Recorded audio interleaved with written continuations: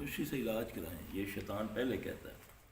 جب بتائیں جی کس نے کیا ہوگا, پہلے دل میں ڈالے گا جادو ہوا, کس نے کیا, بھائی تجھے کیسے پتا.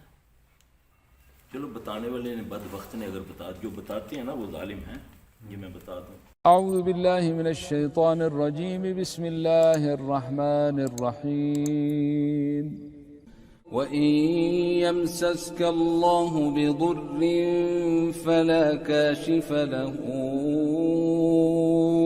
إِلَّا هُوَ وَإِن يُرِدْكَ بِخَيْرٍ فَلَا رَادَّ لِفَضْلِهِ يصيب به من يشاء من عباده وهو الغفور الرحيم. وہ آپ پر ظلم کرتے ہیں لیکن نہ آپ کے پاس نہ توڑ کر سکتے ہیں جادو کا, نہ آپ کے پاس نالج ہے کہ میں نظر کا توڑ کیسے کروں, نہ آپ کے پاس جن سے مقابلہ کرنے کا. میں آپ کو بتاؤں اگر اسے ہوا ہی کچھ نہیں, کچھ اور ہے تو بتاتا ہوں میں کہ یہ ہو گیا, تو میری ایسی منحوس زبان سے نکلے گا اس کو ہو گیا, ہو جائے گا. جیسے خواب تعبیر بتانے والا جو ہے نا, حکم ہے نا کہ خواب کسی کو نہ بتایا کرو سوائے اس کے جو اس کا نالج رکھتا ہے, علم رکھتا ہے. تو اچھا خواب جو ہے وہ اللہ کی طرف سے, برا خواب شیطان کی طرف سے. اب جو معبر منہ سے کہہ دے وہ اس وقت پورا ہوتا ہے. ٹھیک. اور ہم نے دیکھا ہے بعض لوگ جانتے ہوئے بھی لوگوں کو بتا دیتے ہیں لیکن وہی کچھ ہو جاتا ہے. تم اس میں سے نکالو جس سے اس کو انتباہ کیا گیا ہے, یعنی کہ یہ مت بتاؤ کہ تیرے ساتھ ایسا ہو جائے گا. یہ ہمیں قرآن سے اصول ملتا ہے. اس سے بتاؤ بھائی یہ احتیاط کرو. خواب عزیز مصر کو آیا نا, سنایا اس نے, بڑے بڑے تھے نا وہاں عالم, اس دور کے عالم نہیں بتا سکے تعبیر. یوسف علیہ السلام نے تعبیر بتائی, کافی سارے لوگ ہیں تو اس میں کیا بتایا, بندوبست کر لو, 7 سال قحط آئے گا, گندم محفوظ کر لو. اس کی ساتھ ٹیکنیک بھی بتا دی نا. اس لیے جو منہ سے نکلتی ہے نا بات, خاص کر معالج کی یا معبر کی, وہ پوری ہوتی ہے. اس لیے یہ جو کویشچن کیا جاتا ہے نا, ہمیں بتاؤ جی کس نے کیا ہے, کون ہے اور کیا ہوا ہے. یہ شیطان برگلاتا ہے. پوچھو اس سے. 99% زیرو نہیں جانتے کہ کیا ہوا ہے. اس کو زیادہ سے زیادہ کہے گا اس پر جادو ہو گیا. کس نے کیا ہے, کسی قریبی نے کیا. ہاں جی, قریبی نے کیا جی. ٹھیک ہے جی. اب قریبی میں بہت سارے ہوتے ہیں گھروں میں, پتہ ہے میرے بھائی ہیں مجھ سے کندک کھاتے ہیں, میرے فلاں ہیں, آتا نا. کچھ ایسے ہوتے ہیں جو خبیث ذہن پڑھتے ہیں, جن کو ہم کہتے ہیں بڑے پہنچے ہوئے پیر ہیں, بڑے پہنچے ہوئے. وہ شیطانیت ہوتی ہے. ذہن کو پڑھنا شیطانیت ہے. راز رکھنا, راز رکھنا.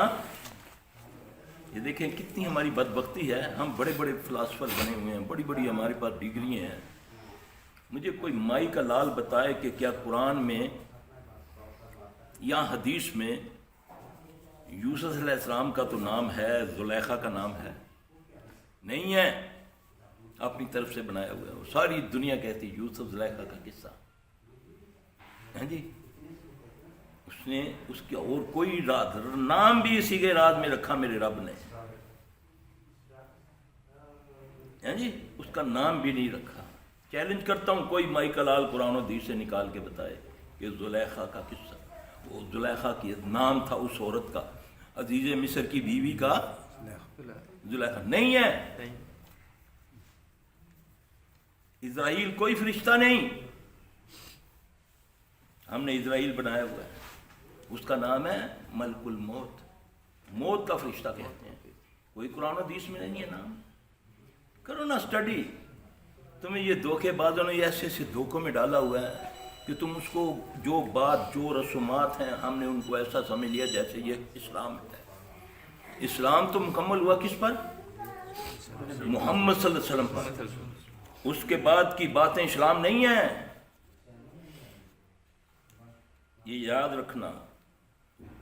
اسلام مکمل ہوا محمد صلی اللہ علیہ وسلم۔ الیوم اکملت لکم دینکم، آج کے دن کون سا دن تھا؟ حج کا دن تھا، عرفات تھا۔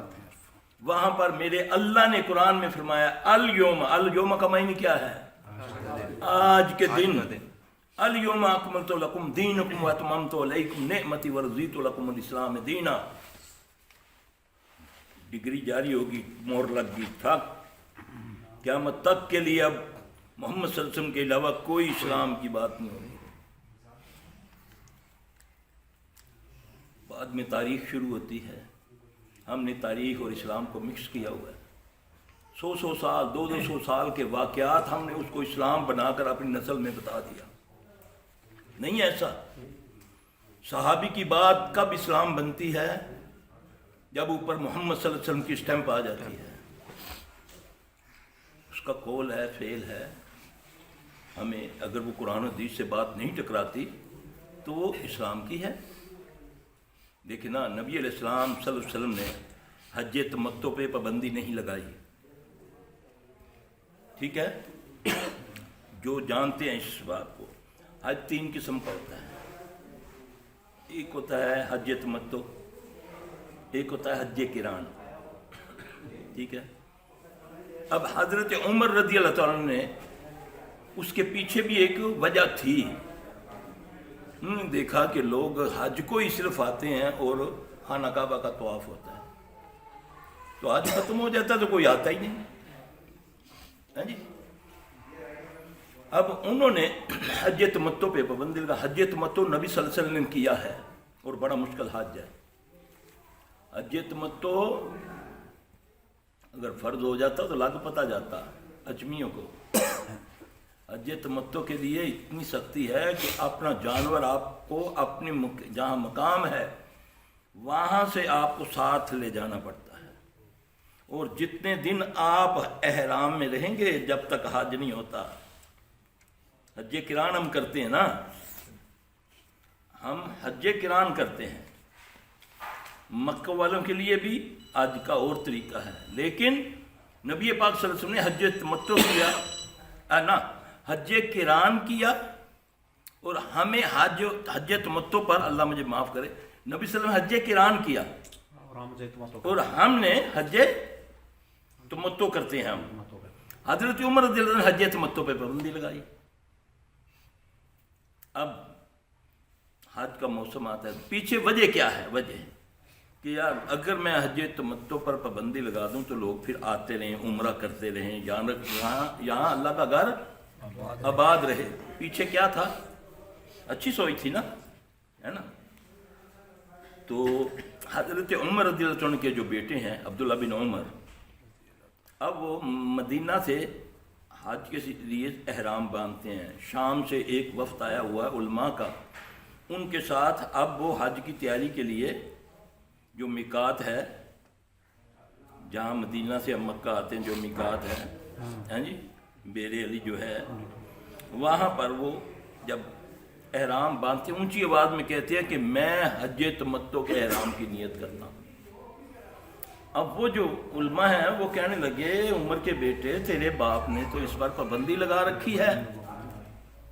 انہوں نے بولا دین میرے باپ کا نہیں، میرے محمد صلی اللہ علیہ وسلم کا ہے۔ کیا محمد صلی اللہ علیہ وسلم نے حج تمتع پہ پابندی لگائی ہے؟ میں حج تمتع پہ لگائی۔ اسلام اس کو کہتے ہیں۔ کیا حضرت عمر رضی اللہ عنہ نے اس کو مار دیا تھا؟ رجوع کر لیا تھا۔ فرمایا میں 3 موقع پر 3 جو تعزیرات میں نے نافذ کی، پھر جب اس پر رجوع کیا میں پوری زندگی پچھتاتا رہا۔ 3 کیا تھے؟ ایک حج تمتع پر پابندی لگائی، جب سمجھ آئی تو ہٹا دی۔ نوحہ کرنے والی عورتوں کے بارے میں صرف نبی صلی اللہ علیہ وسلم نے لعنت بھیجی، لیکن حضرت عمر رضی اللہ عنہ نے ان کو درے مارنے کا حکم دیا۔ یہ بھی آرڈیننس دیکھیں نا وہ سارا علم اللہ کے پاس، یہ میری اور آپ کے لیے بتانا کہ ایک انسان ہونے کے ناطے سبحان اللہ، پاک صرف اللہ کی ذات ہے، ایز اے انسان کچھ نہ کچھ اس سے کمی کوتاہی ہو سکتی ہے، لیکن اصلاح بھی کرنے والی اللہ کی ذات ہے۔ نبی علیہ السلام صلی اللہ علیہ وآلہ وسلم عصر کی نماز پڑھاتے ہیں، 2 رکعتیں پڑھا کر آپ نے سلام پھیر دی۔ اب صحابہ بھی، یہ قیامت تک کے لیے رہنمائی ہے ہماری، کیونکہ لقد کان لکم فی رسول اللہ اسوۃ الحسنہ، کہ تمہارے لیے بہترین نمونہ جو ہے وہ ہے محمد صلی اللہ علیہ وسلم کی ذات مبارکہ۔ اب صحابہ سوچتے ہیں کہ شاید نماز میں کمی ہو گئی ہے، کچھ سوچتے ہیں کہ شاید آپ صلی اللہ علیہ وسلم بھول گئے ہیں۔ اب 2 رکعتوں کا فرق ہے نا، صحیح حدیث ہے، پڑھ لیں، اس میں سبق ہے میرے، قیامت تک کے لیے میری رہنمائی ہے۔ بھولتے نہیں ہم نمازوں میں، ہے نا؟ ہمارا نام ہی کیا رکھا ہے؟ انسان۔ انسان کیسے بنتا ہے؟ نسیان سے، بھولنے والا۔ آدم بھولے ہیں نا، وہ بھولے ہیں، اس وجہ سے تو ہمارا رگڑا چڑھا ہے۔ اب اللہ کے نبی صلی اللہ علیہ وسلم ایک صحابی ہیں ذوالجدین، اس کو آپ پیار سے کہا کرتے تھے، لمبے ہاتھوں والا نا، پیار سے اس کو آپ چھیڑا کرتے تھے، وہ لمبے ہاتھوں والے۔ نبی صلی اللہ علیہ وسلم بڑا پیار اس سے بھی کرتے سارے صحابہ سے تھے، ہوتا ہے نا کسی سے کوئی دل لگی ہوتی ہے۔ اس نے ذرا ہمت کی، اس نے جا کے پوچھا یا رسول اللہ صلی اللہ علیہ وسلم کیا نماز میں تخصیص ہو گئی ہے یا آپ بھول گئے ہیں؟ آپ نے فرمایا نہ تخصیص ہوئی ہے تو نہ میں بھول، نہیں یا رسول اللہ صلی اللہ علیہ وسلم آپ نے نا 2 رکعتیں پڑھائیں۔ آپ نے فرمایا 2، اچھا آؤ جا کر، پھر آپ نے 2 رکعتیں اور پڑھائیں گے۔ یہ اب قیامت تک کے لیے رہنمائی مل گئی ہیں۔ اب 2 رکعتیں پڑھائی، آپ میں سے بھی کوئی بھول جائے، میں بھول جاؤں، جماعت میں کرو۔